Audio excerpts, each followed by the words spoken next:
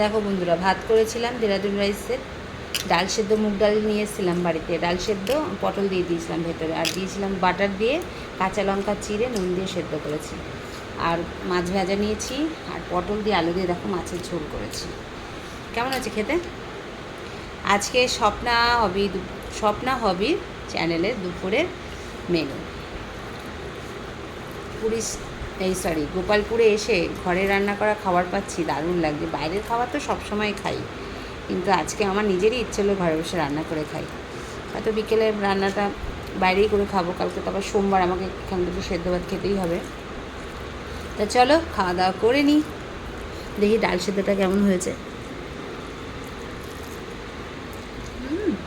দারুণ। কেন ভালো হয়েছে বলো তো? একটুখানি ইপির মশলা ছিল, আমি দিয়ে দিয়েছিলাম, বেশ ভালো লাগলো। তোমরা খেতে পারো। ঠিক আছে, টাটা, ভালো থেকো, সুস্থ থেকো, আর ভিডিওটা ভালো লাগলে লাইক কমেন্ট শেয়ার করো।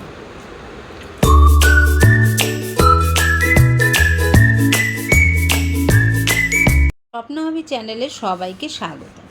দেখো, সকাল সকাল বাজারে গেছিলাম দুজন মিলে। বাজারে গিয়ে এই যে রুই মাছ কিনে নিয়ে এসেছিলাম, প্রায় 2 কেজি 300 গ্রাম ওজনের রুই মাছ। মাছটা হেবি স্বাদ ছিল।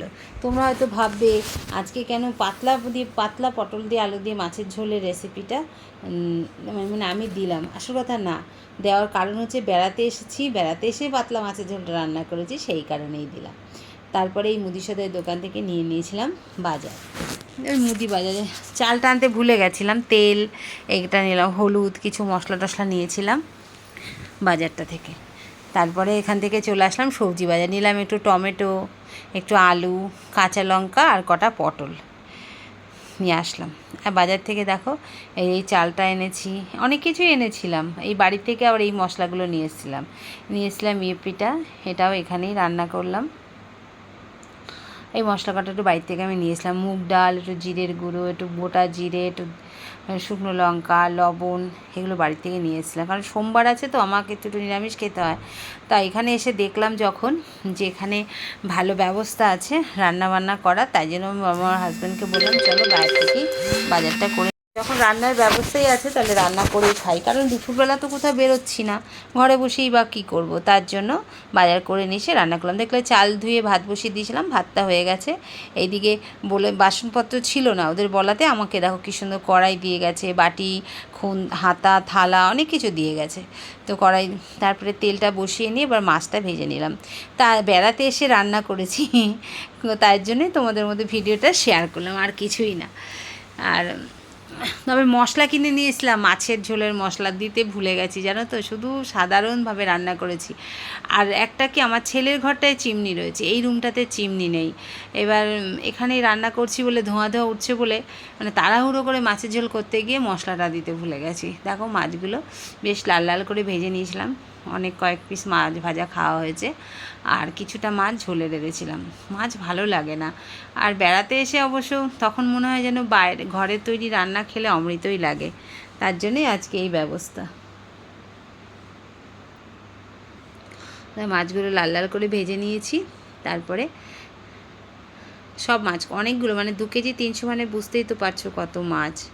আর গোপালপুর জায়গাটা এত সুন্দর, এখানে যে সমুদ্রের মাছ খাবো ভেবেছিলাম, কিন্তু সামুদ্রিক মাছ আমাদের খাওয়া নিষেধ আছে বলে আমরা তাজা মাছটাই নিয়ে এসেছিলাম। মানে এটাও মানে এখানকারই লোকাল মাছ বললো, মাছটা খুব ভালো। তারপরে মাছগুলো, কিছুটা মাছ ভাজলাম, আবার দেখতে পেলে আবার কিছুটা মাছ দিলাম, এইভাবে সমস্ত মাছটাকে আমি ভেজে তুলে নিয়েছিলাম। মাছটা ভাজা হয়ে গেছে, এবার কড়াইতে দিয়ে দিয়েছি একটু জিরে ফোড়ন দিয়ে। এবার আমি আজকে আর আলু আর পটল ভাজিনি, কারণ বললাম না, মনে হচ্ছে সারা ঘর ধোঁয়া ধোঁয়া হয়ে যাচ্ছে। যদিও এসি চলছে, ফ্যান চলছে, বাইরে তো যেতে পারছে না, যেহেতু মানে আটকানোই রয়েছে। তার জন্য সব মশলাগুলো দিয়ে, কাঁচা লঙ্কা চিড়ে, টমেটো, নুন, হলুদ, জিরের গুঁড়ো, একটু জল দিয়ে মশলাটাকে কষিয়ে নিলাম কিছুক্ষণ। কষিয়ে নিয়ে তার মধ্যে তারপরে দিয়ে দিয়েছিলাম আলু আর পটলটা। একটু ভেজে নিলে ভালো হতো, তবে বেড়াতে এসে যেমনই রান্না হোক সেটাই যেন অমৃত লাগে। দিয়ে দিলাম হলুদ গুঁড়ো। এই সময় যদি আমি একটু মাছের মশলাটা দিতাম ভালো হতো, সেটা ভুলে গেছিলাম। তারপরে দিয়ে দিলাম আলুটা দিয়ে কিছুক্ষণ কষিয়ে নেব। তারপরে এর মধ্যে দিয়ে দিয়েছিলাম কেটে রাখা পটলটাও। প্রথমে পটল দেবো না ভেবেছিলাম, পটলটা ভাজাই খাবো, কিন্তু লাস্টে পটলটাও দিয়ে দিলাম। দিয়ে এবার নাড়াচাড়া করে ভালো করে কষিয়ে নিয়ে জল দিয়ে দিয়েছি। তারপরে গল্পে গল্পে ভুলেই গেছি তোমাদেরকে মাছের ঝোল দেখানোর কথা। দেখো কষিয়ে নিয়ে তারপরে জল দিয়ে দিলাম। বলে না বাঙালি যেখানেই যাবে খুন্তি নেড়ে খাবে, মানে খুন্তি নেড়ে খেতে ভালোও লাগে, বাঙালিরা ভীষণ ভালোবাসে। তারপরে দিয়ে দিলাম অল্প করেই জল দিলাম, কারণ মানুষ তো কম, এত ঝোল কে খাবে। তারপরে ঢাকা দিয়ে কিছুক্ষণ বার মানে সময় দিয়েছিলাম সেদ্ধ হওয়ার। আলু পটলটা সেদ্ধ হতে দিয়ে দিয়েছিলাম মাছটা, কিন্তু সেই ভিডিওগুলো তোমাদের কাছে শেয়ার করতে পুরোই ভুলে গেছি, মানে আমি ক্লিপিংই তুলিনি। এই যে তারপরে মাছের ঝোল নামানোর পরে মনে হলো মা মাছের ভিডিওটা করা হলো না, তাই একটু তুলে তোমাদের মধ্যে শেয়ার করলাম। যাকে আর কি বলবো, তোমাদের যদি ভালো লেগে থাকে লাইক করো, কমেন্ট করো, শেয়ার করো। কারা কারা বেড়াতে গিয়ে এরকম রান্না করে খাও একটু কমেন্ট করে জানিও, কিন্তু আমরা কোনোদিন খাই না, এবারই প্রথম। ব্যবস্থা ছিল বলেই করলাম। তারপরে করে নিয়েছিলাম মুগ ডাল সেদ্ধ। তারপরে ভাবলাম, প্রথম ভেবেছিলাম মাছের মাথা দিয়ে মুগ ডাল করবো, কিন্তু ওই একই প্রবলেম, ঘরে ধোঁয়া হচ্ছে। তার জন্য কী করলাম, মুগ ডালটাকে সেদ্ধ করে ওর মধ্যে পটলগুলো দিয়ে দিয়েছিলাম কাঁচা লঙ্কা চিড়ে, আর দিয়েছিলাম নুন। মুগ ডালটা দেখো আমার প্রায় সেদ্ধ হয়ে এসেছে।